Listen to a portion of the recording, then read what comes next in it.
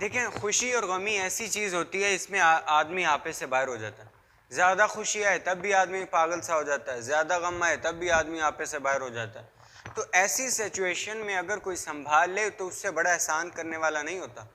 ایسے حالات میں اگر کوئی سنبھال لے تو اس سے بڑا محسن کوئی نہیں ہوتا. اسلام میں ایسی عورتیں بھی گزری ہیں جنہوں نے ایسے وقتوں میں مردوں کو سنبھالا، ایسے وقتوں میں اپنے مردوں کو تسلی دی، اپنے مردوں کے حوصلے کو بڑھایا. اسی طرح حدیث شریف میں آتا ہے نا کہ حضرت جابر رضی اللہ تعالیٰ عنہ کا 7 برس کا بڑا ہونہار بچہ، حسین و جمیل بچہ بیمار ہوا. حضرت جابر رضی اللہ تعالیٰ عنہ نے ان کی دوا دارو کی لیکن صحت یاب نہیں ہو رہے تھے. بہت دوا دارو کی، صحت یاب نہیں ہوئے. تو اسی طرح حضرت جابر رضی اللہ تعالیٰ عنہ کو کوئی سفر پیش آیا. تو حضرت جابر رضی اللہ تعالیٰ عنہ نے اپنی بیوی سے کہا کہ بھائی میں تو اب سفر پر جا رہا ہوں، تو پیچھے سے بچے کی دوا دارو تیمارداری کا اچھی طرح خیال رکھنا. حضرت جابر رضی اللہ تعالیٰ عنہ نے اپنی بیوی سے یہ کہا اور چلے گئے. پیچھے سے جب واپسی آنے کا وقت ہوا تو وہ بچہ انتقال کر گیا. حضرت جابر رضی اللہ تعالیٰ عنہ کی بیوی نے جب دیکھا کہ حضرت جابر رضی اللہ تعالیٰ عنہ آ رہے ہیں تو بچے کی لاش کو اندر کمرے میں ایک لٹا دیا چارپائی پر یا کسی بھی چیز پر، تو اوپر کپڑا دے دیا اور خود باہر گئیں. دیکھا کہ حضرت جابر رضی اللہ تعالیٰ عنہ آ رہے ہیں اور حضرت جابر رضی اللہ تعالیٰ عنہ کا بڑھ کر استقبال کیا، ہاتھ چومے جیسے عرب کا دستور ہے. تو ہاتھ چومے اور حضرت جابر رضی اللہ تعالیٰ عنہ نے پوچھا کہ کیسے ہیں، کیا حال ہے، بچہ کیسا ہے. تو حضرت جابر رضی اللہ تعالیٰ عنہ کی بیوی نے کہا کہ الحمدللہ بعافیت و خیر، کیونکہ مرنے کے بعد عافیت ہی ہوتی ہے نا، کوئی غلط جملہ بھی نہیں کہا نا، اس لیے کہ مرنے کے بعد زیادہ عافیت ہوتی ہے. تو حضرت جابر رضی اللہ تعالیٰ عنہ کو ان کی بیوی گھر لے آئی، کھانا کھلایا، ہاتھ دھلائے، کھانا کھلایا.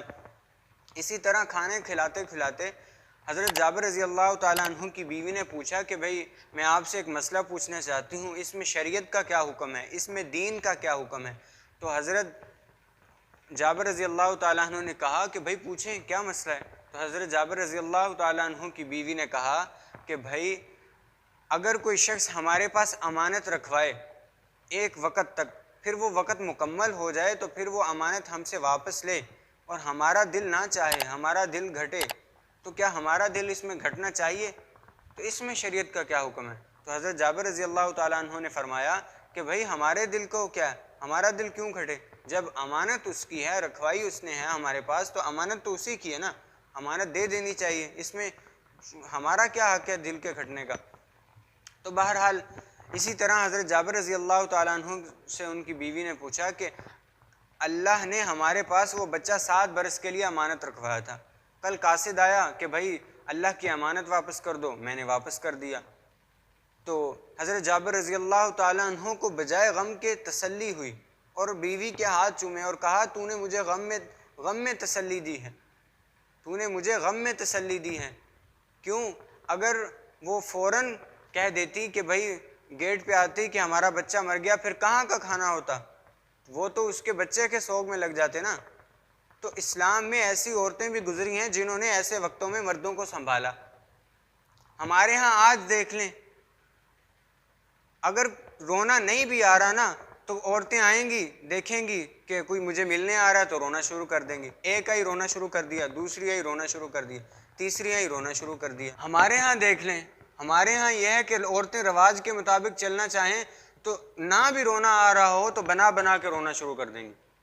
ایک آئی رونا شروع کر دیا، دوسری آئی رونا شروع کر دیا. لیکن تحمل کی بات یہ ہے کہ غم زدہ کو سہارا دیا جائے، غم والوں کو سہارا دیا جائے، ان کے غم کو بوجھ کو ہلکا کیا جائے. یہ کام کیا تو مرد کرتے ہیں، لیکن اسلام میں ایسی عورتیں بھی گزری ہیں جنہوں نے ایسے وقتوں میں مردوں کو سنبھالا.